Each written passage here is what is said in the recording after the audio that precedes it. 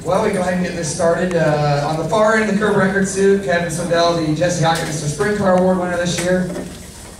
Here in the KCC, second place finisher Ryan Brown. In the center, tonight's winner, Donny Schatz, and Justin Henderson in third.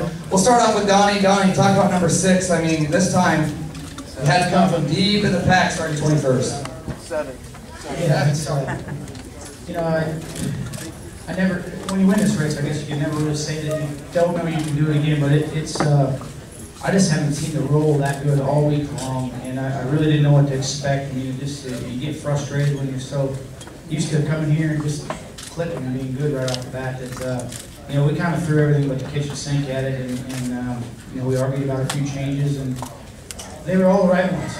You know, being able to run the beat was definitely an advantage for us tonight. I think it helped us try a little something.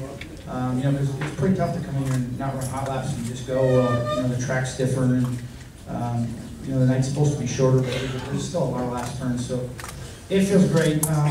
Brown, another great job. You're gonna win this. I know what you're feeling. It's not good, but it's not bad either. It's pays pretty good for second too. I guess that's the best thing about running second this race. It's not that excuse anyway to have that big paycheck. But you just kept trying different lines. Earlier you go to the top, go to the bottom.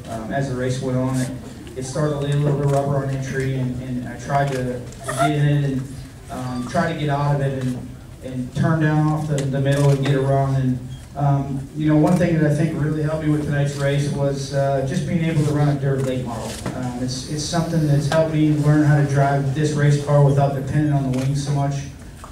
You know, they keep the flat wings and all these things, they take it off. It's you know, it's really taught me how to drive the car a different way. And I basically drove it like a late model from the middle out of the corner, and that's what was able to get us the win. So glad for that opportunity. What do you guys?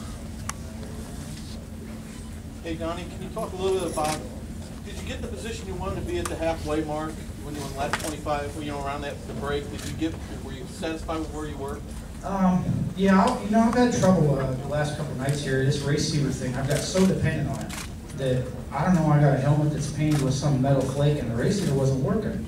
So I didn't know if they were saying we're going to have a red flag or what they were doing. And I actually passed Kevin. I got to 4th there, and he got back by me.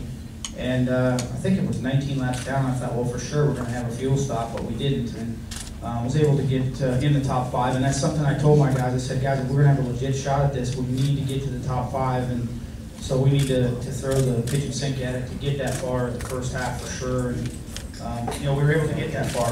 I did get awful tight there at the end of that run. You know, when we come to that, and it allowed us to make some adjustments and put some different tires on and go. But tonight I'm real thankful for the ability that they do allow us to change tires in that 50 lapper, because I don't know that anybody could have probably made it on the same set of tires. It just, we were all running hard. I don't know if you had much tire left, did you? I tried not to use much, but it's when you get locked down like that, it gets pretty abrasive, pretty hard on the tires, and you definitely don't want to be going backwards. Donny, were you expecting the track to take over? Is that something you guys prepared for? Or? Absolutely not. We've been here twice this year with the World of Outlaws. The racetrack has just been extremely slick all week long. That I've been here, it just feels like I've spun the tires, everything I did, and I just couldn't get it.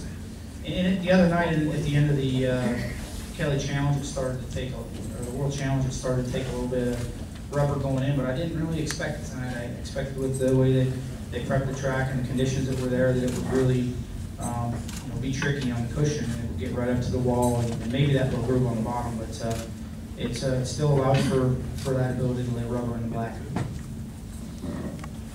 Donny, you said about the track rubber, now it came from 21st. Where does this one rank with the other ones? Obviously, your first one's always the most special, usually, but to pull off something like this, I mean, where's that? This is definitely by far the hardest earned one that we've had, especially the way we have felt all week long. I mean, we didn't doubt ourselves, but some days when you know what you're doing and you go do it, and it just doesn't work out the way you expect or the way you work towards, you kind of you get a little bit nervous, I guess, questioning things. Well, that I really just missed something completely here, and but to be able to start that far back, you know, it's incredible. There's no question about it. I don't know.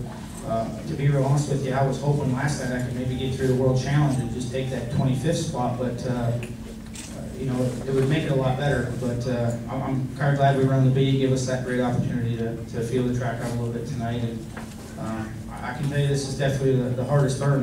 It's kind of hard to rank them versus another one. Just very fortunate and extremely fortunate, I guess I should say, to be able to be in this position. Brian, you said the other night you never count Donny Schatz out. But at what point tonight did you know that you were going to have problems with Donny? I mean, I didn't even ask where he was on the stoppage. Like I told my guys earlier, I said if you could start the guy in Oskaloosa, he's going to have a chance. I mean, and I truly believe that. People look at me stupid, and, you know, just I don't think we all realize what a champion and how great he is here. I mean, and I think the last 7 times here, I ran second to him every single time. And there is no doubt there is a new king in town, and I feel like that, you know, he does a great job. He's got a great team. When we took back off there, I just looked back up at the board and I said 15. I think, gosh, we're thinking other 15s in the field. So honestly, I thought, shit. You know, as I looked up at the scoreboard. I continued to look up every couple laps, and I seen 15 fourth, 15 third, 15 second, and I knew where I was running that, you know, he couldn't be passing cars like that, so I knew he had to be moving around, and my car was just a little bit too tight to run down there on the bottom, and I also think I used my stuff up, you know, trying to get rotated early in that run, and I just basically held on there at the end. I had nothing for him. I was trying to hold Justin off, so I'm disappointed. Definitely, it's a little bit different feeling than last year, but I don't take second place here for granted. I know how hard it is to run second here, and I feel like if we just keep working hard as a team and, you know, have great partners like FVP and Casey General Store and all our support, we're going to win one day. And we'll start tomorrow working towards next year, and second's definitely nothing to hang our hat about. It's just right now it's hard to see a silver lining in the clouds, but we'll do our best, and just congrats to all these guys. You know, Justin, well, what his team did, he didn't even have a ride 4 weeks ago, and they've came in here and been the fastest car at Knoxville the last 3-4 weeks. So him and his team deserve a huge pat on the back. I know how hard it is, and this guy here too did a great job all week. So it's hard to be disappointed when we run second to Knoxville Nationals, but we'll get over it and come back next year and try hard. Justin, give us a rundown. You said you slipped up on that one turn or what? Yeah, I was trying to get by Joey there after the break. Must have been right around 8 or 9 laps after the break trying to pass Joey. And I got under him doing kind of what Donny was doing there, and as I came across him, I caught the hole in the air, and the car shot straight up across and hit the fence coming off turn 2 where the gate is there. And honestly, just about crashed. Really thought I was going to crash, and when it set back down, I stood on the gas and nothing was broken. I figured I'll just drive until it breaks, and it held on, and the tire had a hole in it, but it lasted. It was shaking pretty hard at the end there, but the car was good, still good enough to try to make some moves. You're awful quiet down here. What are you going to tell us?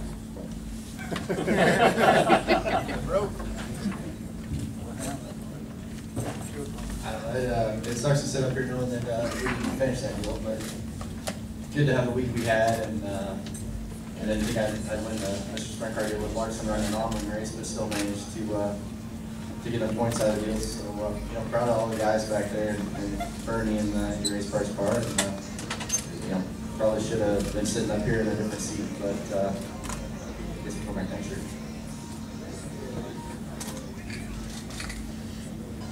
Good? No.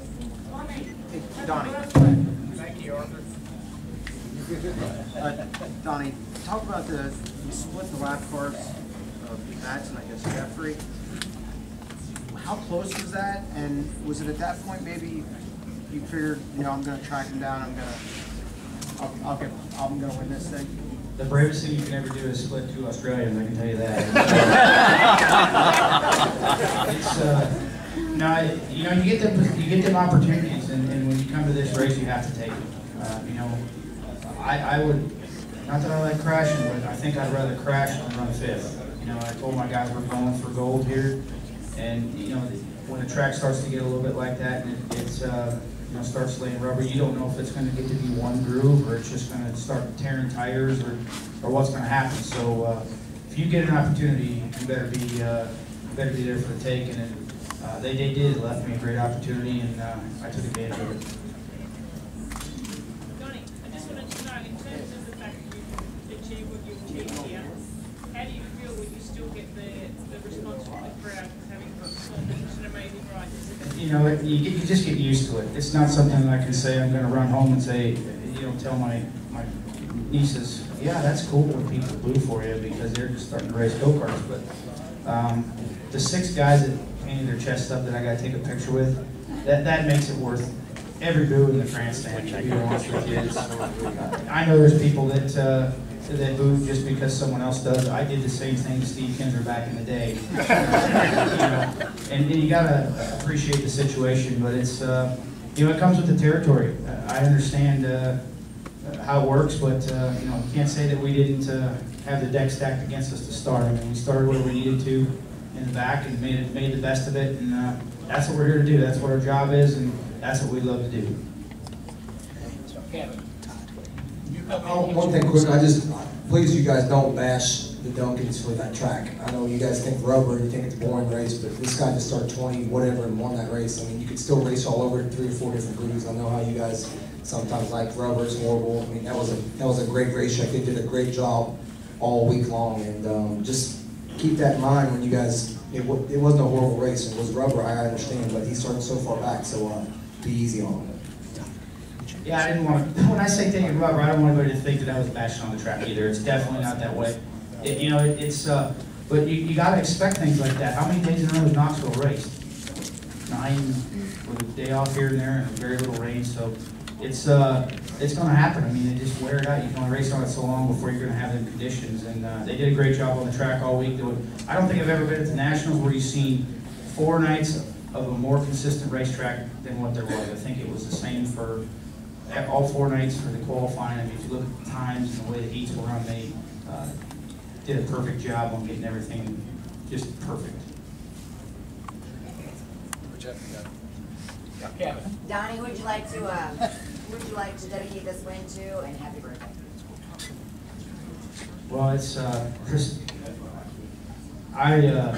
been kind of a tough week for us to ask ourselves what's going to happen with our boss having a broken leg, but we're thinking of him tonight. He's obviously not in very good spirits.